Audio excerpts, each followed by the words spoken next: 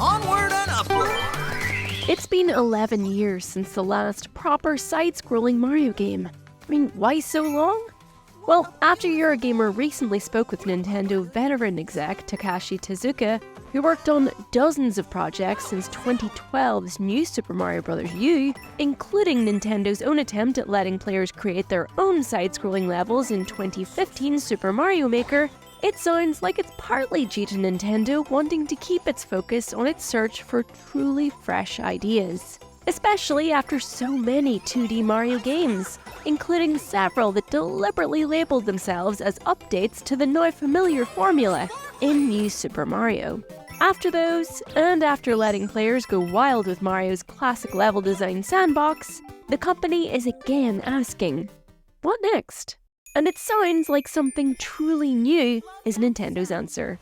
Let's talk about it and have a look at a good big chunk of new gameplay of Super Mario Bros. Wonder. In Super Mario Bros. Wonder, you can be a Mario who shoots bubbles, capturing enemies and wayward Koopa shells in upwards floating soap suds. And then suddenly some form of sentient Goomba, though still Mario with his iconic hat of course. Waddling across platforms and dodging enemies via stealth mechanics, you'll pass by talking flyers who loudly wonder how you'll taste. Yeah, I mean, sure, why not? After a hands-on session at Gamescom last week, Eurogamer spoke to Takashi Tezuka, who told us that there was a lot of feeling about creating something else, something new. After Mario Maker, Tezuka was actually asked by a lot of people about what's next, and he told them that at the time, they were still thinking about a lot of new things to do. And so, Nintendo is glad that it now finally has the opportunity to show them. Thank you! In terms of the concept for creating a new Mario, Shiro Mori, Wonder's director, told Eurogamer that the team came up with the concept of mystery and secrets. Mori has been with Nintendo since 1997, previously directed New Super Mario Bros. U Deluxe, and worked as a programmer on various 2D Mario and Zelda games. The first Super Mario game was full of secrets and mystery, he told Eurogamer, meaning how power-ups and warp pipes, now very familiar items to any Mario fan or even just anyone vaguely aware of Mario, were once surprises in themselves, which is kind of hard to imagine, but of course, it's true. Mori said that as the team were developing more and more side-scrolling Mario games, the challenge became that these kinds of secrets and surprises were more and more normalized to players. So he thought it'd be important to create a side-scrolling Mario that really fit the day and age that we live in now. In short, he says that they needed to try harder to surprise the players. And Super Mario Bros. Wonder definitely does that. A brilliantly fresh take on Nintendo's classic side-scrolling Mario formula, this game sees Mario and friends exploring the Flower Kingdom, a new world brought to life through more expressive character animations and eye-catching backgrounds.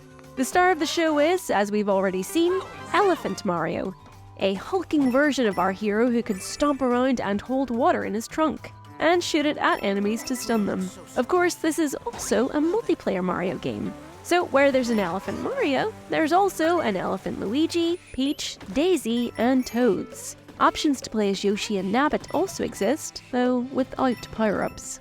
Elephant Mario was born out of a desire to have Mario inhabit a larger form to make it easier for players to hit blocks or get coins, and also be able to spray water, which comes in handy in the Flower Kingdom for blooming plants and unlocking secrets, including something at the end of levels. Mori told us that the team did try to think of various ideas, but the one form they thought would really satisfy all of the various elements was, inevitably, the elephant.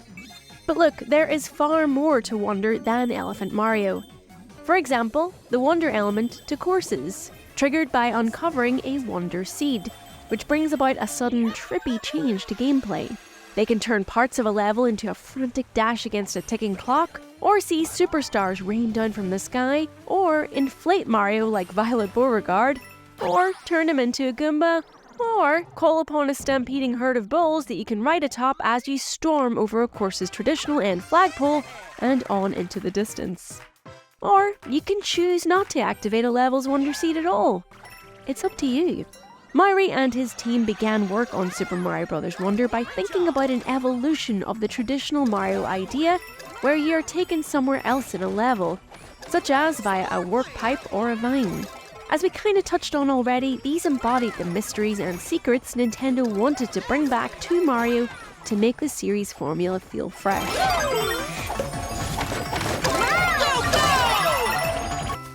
Myri explained that as a sort of new version of this, they thought about, well, if you got a new item, you'd go into a separate area. But after showing that idea to Tezuka, his response was that if you get an item and go somewhere else, then that concept is basically the same as what Mario has already had up until now. So, the starting point of Wonder, in a sense, was that feedback that suggested maybe instead of warping somewhere else, the game could create change in the actual level. Tezuka himself says that the core of this game is really the discussions that the team had surrounding what a new Mario that fits this day and age is. What does that look like?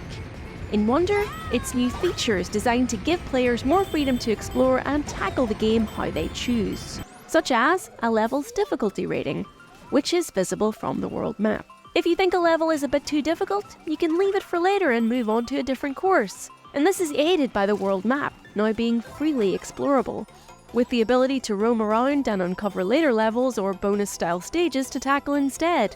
If you're stuck, you can take some time out to try a break time course, a mini Mario level that feels like a brief snatch of a brilliant idea, allowed to exist as its own little gem rather than be spread out over a full course. One that Eurogamer played saw Mario hopping over little musical notes on a keyboard to defeat enemies while unlocking a familiar tune. Love that sound. Another big change to gameplay is badges, which bestow passive effects on characters or levels. Badges are picked before a course begins, and can give players a higher jump or a parachute, mimicking abilities previously found on specific characters like Luigi or power-ups. Other badges allow you to tweak levels to offer more coins or rewards. At a base level, all of the game's main characters now control the same. So Mario and Luigi jump the same as Peach and Daisy. But through badges, you can have a Mario with the floaty jump of Peach. It makes for more of a level playing field when playing in multiplayer, while allowing for specific players to still get access to abilities without them being tied to playing as a particular character. Continuing the theme of player choice is the ability to now play in local or online co-op, the latter of which allows you to group up in a party of 12 players, though with a limit of 4 playing together in any particular world. A standout enemy is the new Momo creature, a giant mouth on 2 stubby legs that can stretch upwards to gobble anything in its path, power-ups, coins, even other enemies, and especially you. His ability to suddenly grow large is a fun trick to try and tackle, and understanding his antics is another small example of how this new enemy helps freshen up the Mario formula. Want to jump on its head to defeat it? It'll need 2 hits. Throw a shell at its face? It'll simply gobble it up. Hoping to get that power-up?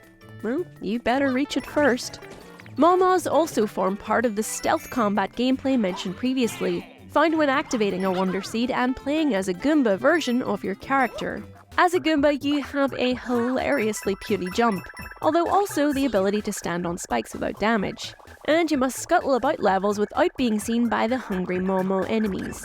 Bushes now become hiding places as you rush between safe zones to avoid their patrols. Alongside Elephant Mario, Super Mario Wonder introduces 2 other new power-ups. Drill Mario allows you to damage enemies or hide by burrowing down from above, an ability which also allows you to unlock new paths and collectibles by shattering quartz blocks in caves. Here, you can also use your drill skills to access hidden areas through narrow crevices. Then, there's Bubble Mario, who can fire bubbles at enemies to trap them and send them skywards. The team are hoping that with Wonder, players will find reasons to revisit areas again, and people who have played the original Super Mario games in particular will hopefully be inspired to explore that little bit more. If you go back and play courses again, you'll hopefully find lots of new things and added elements to experiment with. After 11 years, it feels like Nintendo's 2D Mario team is finally back, and properly so. Wonder is, suitably, filled with it, and lots of secrets and mystery too. Oh, and as a little added extra, have a quick listen to Mario's voice. It's me! Think we can guess his new performer after Charles Martinet's legendary Here we voice? go! Anyway, if you enjoyed this video, be sure to give it a like and us a subscribe if you haven't already. We have a new video almost every day, so there is always something new to watch. Like one of the videos on screen now. Thanks so much for watching. Bye!